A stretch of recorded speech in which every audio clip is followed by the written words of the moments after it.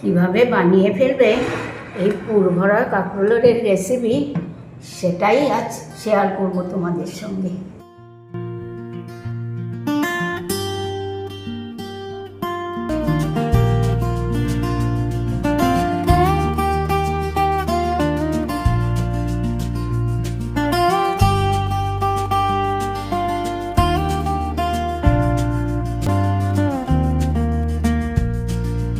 গরম ভাতের সাথে খুব ভালো জমে যায় কিন্তু এই কাঁকরোলের রেসিপিটা।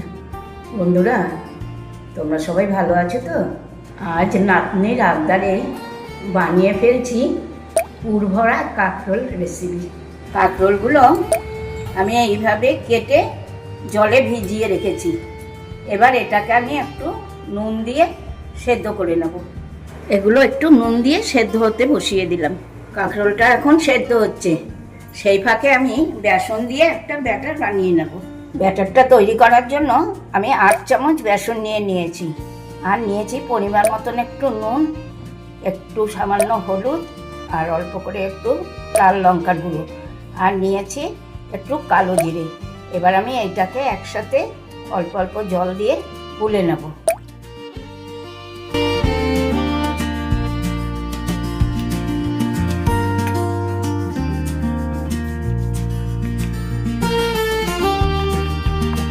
কাঁকরোলগুলো সেদ্ধ হয়ে গিয়েছে, এবার আমি এগুলোকে একটা পাত্রে তুলে নিচ্ছি। কাঁকরোলগুলো যতক্ষণে ঠান্ডা হচ্ছে সেই ফাঁকে আমি একটা মশলা করে নেব।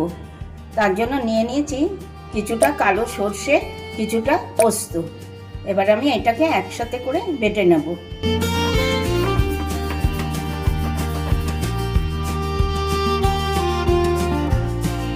এই দেখো, সর্ষে পোস্তটা কেমন মিহি করে বাটা হয়ে গিয়েছে। এবার আমি একটা বাটিতে এটা তুলে নেব।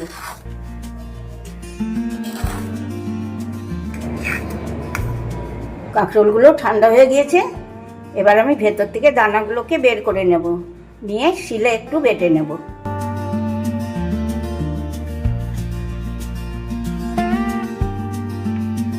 দেখো, কাঁকরোলের ভেতর থেকে দানাগুলোকে সব আমি বার করে নিয়েছি। এবার এটাকে আমি শিলে একটু বেটে নেব।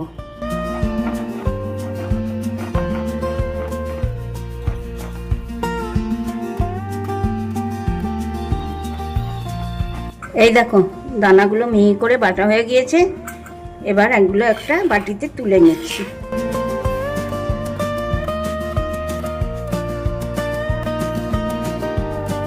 গ্যাসের ফ্লেমটা অন করে নিয়েছি, একটা কড়াও বসিয়ে দিয়েছি। এবার কড়াটা একটু গরম হতেই আমি অল্প একটু সর্ষের তেল দিয়ে এই পুরটা তৈরি করে নেব। তেলটা গরম হতেই দিয়ে নিচ্ছি 2 কাঁচা লঙ্কা কুচি। এবারে দিয়ে নেব কাঁকরোলের দানা বাটা, দেব সর্ষে আর পোস্ত বাটা।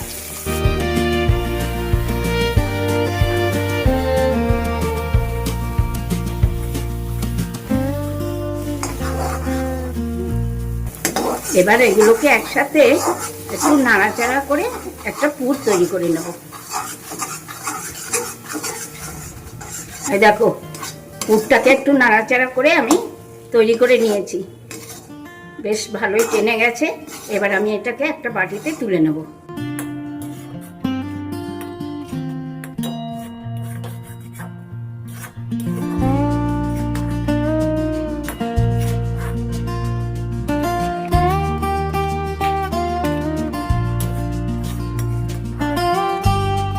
পুরটা ঠান্ডা হয়ে যাওয়ার পর এবার কাঁকরোলে পুর ভরার পালা।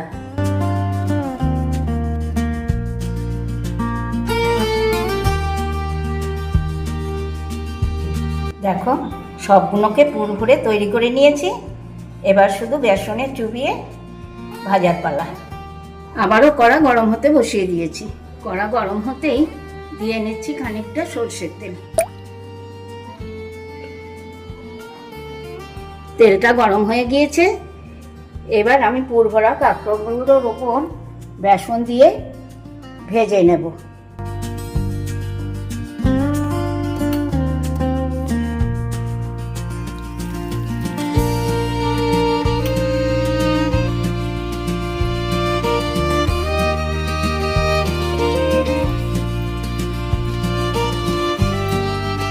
এই দেখো এক এক করে আমার সব কাঁকরোলের পুর ভাজা তৈরি। আর তোমরা যখন ভাজবে ফ্লেমটা কিন্তু মিডিয়াম ফ্লেমেই রাখবে, তা নাহলে কিন্তু বেশি লোও করবে না আবার বেশি হাইও করবে না, তাহলে কিন্তু এই বেসনের এটা পুড়ে উঠবে। এইভাবে এক এক করে সব ভেজে নেবে। সব ভাজা কমপ্লিট, এবার আমি এগুলোকে তুলে নিচ্ছি।